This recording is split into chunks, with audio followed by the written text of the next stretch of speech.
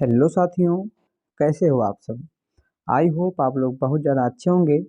दोस्तों, आज के इस वीडियो में हम बात करने वाले हैं क्लास 12th फिजिक्स का एक बहुत ही ज़्यादा मोस्ट इम्पॉर्टेंट टॉपिक, जो मेरे दोस्त आपके बोर्ड एग्ज़ाम में लगभग हर साल पूछा जा रहा है।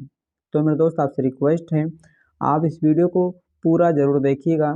मैं सब कुछ आपको बहुत ही बेहतरीन तरीके से समझाने वाला हूं दोस्तों। आपको इसी वीडियो में जो है सब कुछ अच्छे से समझ में आ जाएगा। तो मेरे दोस्तों, आज का हमारा टॉपिक है हाइगेंस का तरंग सिद्धांत। ठीक है दोस्तों, बहुत ज़्यादा मोस्ट इम्पॉर्टेंट है और हर साल पूछा गया है, तो आप इसको अच्छे से तैयार कर लीजिएगा। तो चलिए दोस्तों, हम जान लेते हैं कि हाइगेंस का तरंग सिद्धांत क्या होता है। दोस्तों, ये आपके बोर्ड एग्जाम में दीर्घ उत्तरीय प्रश्न में पूछा जाता है। तो प्रकाश के तरंग सिद्धांत का प्रतिपादन सन 1678 ईस्वी में हॉलैंड के वैज्ञानिक हाइगेंस ने दिया था। ठीक है मेरे दोस्त, जो प्रकाश होता है ना, उसका जो तरंग सिद्धांत होता है, तो प्रकाश के तरंग सिद्धांत को किसने दिया था। तो प्रकाश के तरंग सिद्धांत को 1678 में हॉलैंड के एक वैज्ञानिक थे, जिनका नाम था हाइगेंस। ठीक है ना, आप इसको याद रखिएगा कि हॉलैंड और हाइगेंस सेम इसी प्रकार से मिलता जुलता है। हॉलैंड और हाइगेंस, इन्होंने इसको दिया था। ठीक है मेरे दोस्तों, तो जो हाइगेंस का तरंग सिद्धांत है, उसमें इन्होंने क्या बताया था, कितने नियम दिए थे। तो चलिए दोस्तों, हम इसके बारे में चर्चा कर लेते हैं।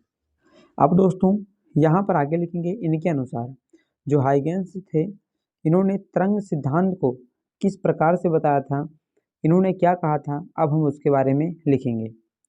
तो प्रकाश जो है तरंगों के रूप में चलता है। इन्होंने बताया था कि प्रकाश तरंगों के रूप में चलता है। ये तरंगे प्रकाश स्रोत से निकलकर सभी दिशाओं में प्रकाश की चाल से चलती हैं। यानी कि जो प्रकाश होता है ना, आप सभी को पता होगा कि प्रकाश तरंगों के रूप में ही चलता है। और जो ये तरंगे होती हैं, ये किसी भी प्रकाश स्रोत, मतलब जहाँ से प्रकाश निकलता है, कोई ऐसा स्रोत जहाँ से प्रकाश निकलता है, वहाँ से निकलती हैं। ठीक है ना, और सभी दिशाओं में प्रकाश के चाल से चलती हैं। जिस चाल से प्रकाश चलता है, उसी के चाल से ये भी जो तरंगाएं होती हैं वो चलती हैं, क्योंकि तरंगों को चलने के लिए माध्यम की आवश्यकता होती है। ठीक है ना, प्रकाश को चलने के लिए माध्यम की आवश्यकता नहीं होती है, लेकिन तरंगों को यहाँ पर चलने के लिए माध्यम की आवश्यकता होती है। हाइगेंस ने इसके लिए एक सर्वव्यापी माध्यम ईथर की कल्पना की थी। ठीक है ना, उन्होंने अपने इसमें किसको बताया था, तो उन्होंने ईथर की कल्पना दी थी। लेकिन दोस्तों, बहुत से वैज्ञानिक जो है वो गलत मानते हैं इनके मत को। ठीक है ना, और तो वो हम उसको पढ़ेंगे, जब इनके हम क्या पढ़ेंगे, इनकी विवेचनाएं जब पढ़ेंगे, तब वहाँ पर दोस्तों बहुत से वैज्ञानिकों ने इस ईथर की कल्पना को गलत माना है। लेकिन दोस्तों, यही जो है उस पर लागू होता है, हाइगेंस के तरंग सिद्धांत पर। ठीक है ना, ईथर ही लागू होता है। अब दोस्तों, यहाँ पर आगे लिखेंगे, इन्होंने दो नियम दिए थे। ठीक है, जब ये तरंग सिद्धांत को बताए थे, तभी उन्होंने इसको दो नियम दिए थे। पहला नियम है, प्राथमिक तरंगाग्र पर रहने वाले सारे बिंदु अपने आप फिर से नए तरंगाग्र निकालेंगे। यानी कि जो प्राथमिक तरंगाग्र होगा ना, उसमें जितने सभी बिंदु होंगे, जैसे अभी चित्र के माध्यम से मैं आपको दिखाऊंगा, तो जितने सभी बिंदु होंगे ना, वो अपने आप से एक क्या करेंगे, एक नए तरंगाग्र को निकालेंगे। ठीक, जैसे ये बिंदु है, यहाँ से एक निकलेगा। ठीक, और इस बिंदु से ये खुद अपने आप में क्या हो जाएंगे, एक एक बढ़ते चले जाएंगे।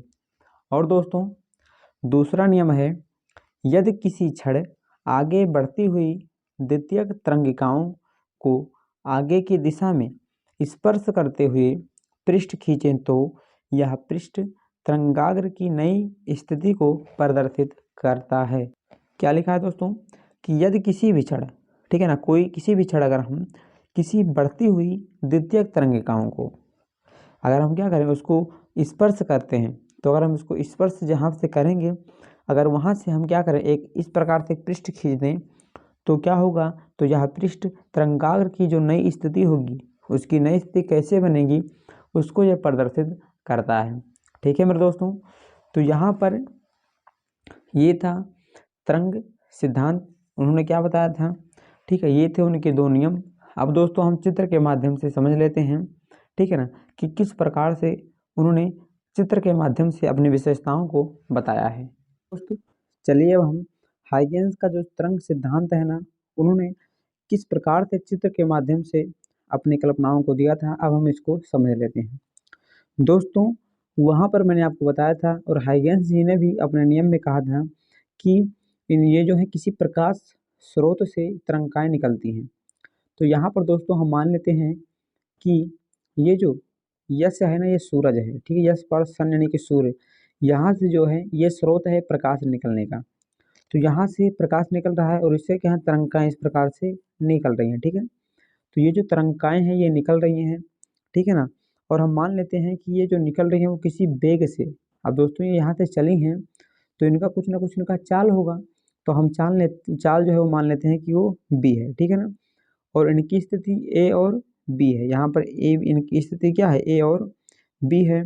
और इसी प्रकार से उन्होंने बताया था कि ये जिस बिंदु में होती हैं उसी से आगे बढ़ती हो जाती हैं, तो ये इससे बढ़ेगा, इससे यहाँ पर ये ए और बी इसी प्रकार की सेम स्थिति यहाँ पर निकल जाएगी। तो मेरे दोस्त यहाँ पर अब हम लिखेंगे तरंगाग्र की स्थिति ज्ञात करना, यानी इनसे जो तरंगाएं बनी हैं इनकी स्थिति क्या है। अब दोस्तों जो जो यहाँ पर मैंने आपको अभी बोला है, ठीक है ना, चित्र में जो जो दिखाई दे रहा है यही आपको यहाँ पर लिख देना है। तो मेरे दोस्त यहाँ पर हम लिखेंगे कि माना एक बिंदु प्रकाश स्रोत यश है। प्रकाश स्रोत क्या, यश फॉर सन है। स्रोत का मतलब क्या होता है, प्रकाश स्रोत यहाँ पे लिखा हुआ है, तो यहाँ जहाँ से प्रकाश निकल रहा है वही क्या है, प्रकाश स्रोत है, जिससे तरंगे निकल रही हैं। यानी कि जो यश प्रकाश स्रोत है यहाँ से तरंगे निकल रही हैं और इनकी स्थिति क्या है, ए और बी है। इनकी स्थिति क्या है मेरे दोस्त, तो इनकी स्थिति जो है ए और बी है, ठीक।